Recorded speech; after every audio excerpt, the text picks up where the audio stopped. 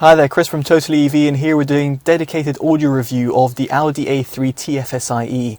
If you'd like a detailed review of the vehicle itself, do check it up on your pop-up banner or indeed in the description below. Also down there you'll find links to our social media platforms, and if you want to keep up with the channel, do subscribe if you haven't already and hit that bell notification so you can see all the latest reviews come into your inbox. Now, to kick things off, we're going to talk about the audio configuration, and here we've got the stock sound system whereby you've got 6 loudspeakers, 4 at the front of the cabin and 2 at the rear. If, however, you want a subwoofer or indeed want 15 speakers in total, you'll want to go for the Bang & Olufsen system, which is comprised within the Comfort & Sound Pack, which costs £1,195, at least at the time of making this video. Now, the stock system can be configured through the infotainment system, whereby you've got treble and bass adjustment. In my case, I've added 3 notches to the treble and 5 notches to the bass, and that's what I felt gave the overall better sound. The only thing worth considering, however, is that when you're driving at speed and given the cabin noise that you get with the Audi A3, you might want to reduce the treble by 1 or 2 notches because it can get a little bit sharp and a little bit sibilant at the top end, specifically if you have it running at louder volumes. Now, in terms of connecting up to the infotainment system, you have got Bluetooth connectivity whereby both the SBC and AAC codecs are supported. If you rather go for a wired connection, which is one I would normally suggest, here you've got both Android Auto and Apple CarPlay which are supported, so therefore no matter which device you've got, you can play back your media via USB. Now, to give you a bit of a snippet as to how the audio system performs, I'm going to place the camera and microphone in 4 separate locations, and while it's not ideal, it'll just give you a little bit of an idea.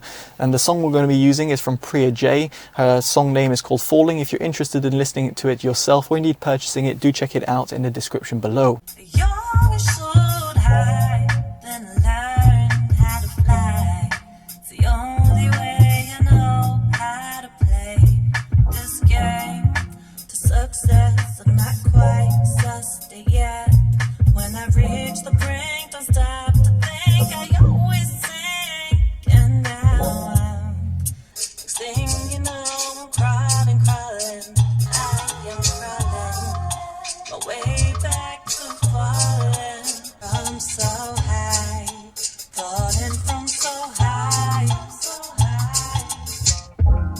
Now, with that audio demo out of the way, let's get on to my subjective opinion. And first off, let's talk about that sub-bass response, which quite frankly is almost non-existent.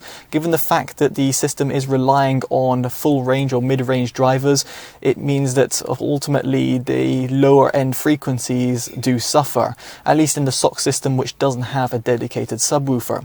So expect a tail off in this frequency range. As for the mid-bass, it is punchy, although a little bit uncontrolled. It will provide plenty of excitement, specifically if you tailor it through the EQ, and in my case I added 5 notches to the EQ setting, which isn't something I normally do, but I felt that added, well, a little bit more of warmth and a little bit more excitement to the overall system. Now, on the flip side, this will affect the mid-range, specifically the lower mids, whereby they do sound a little bit recessed. Even if you were not to add anything to the bass adjustment, you'll find that the lower mids are quite pushed back.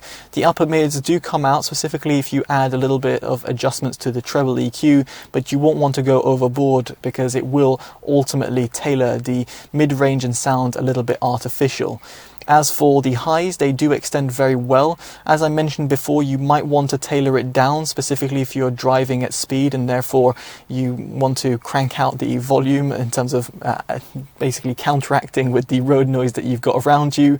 Then here it might sound a little bit harsh on your ears, but your mileage may vary depending on your hearing range itself or indeed in terms of your music taste. Now, as for the Soundstage, it's unsurprising to know that the width and depth is a little bit closed, whereby the 6 speakers have their work cut out, and given the fact that you're on a relatively small cabin, you don't get this kind of breadth in some of your music.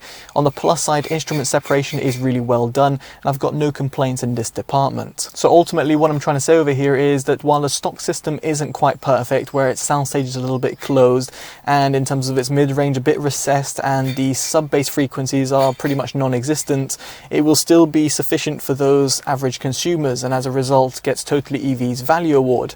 However, for those people who are audiophiles or a little bit more interested in terms of the overall tonality and the overall soundstage and indeed the low-end frequencies, you might want to consider the Bang & Olufsen system, where the £1,195 option will seriously bolster the overall sound that you get from the Audi A3. And specifically given the fact that we are talking about a relatively small cabin, it means those 15 speakers will come to full fruition.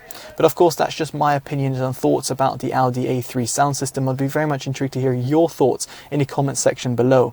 And if you like this video, give it a like, subscribe to see more, and hit that bell notification to keep up with the channel. And of course, favourite and share if you feel that this video will be helpful to a family and friend making an informed purchasing decision. I've been Chris from TotallyEV. Take care of yourselves and goodbye.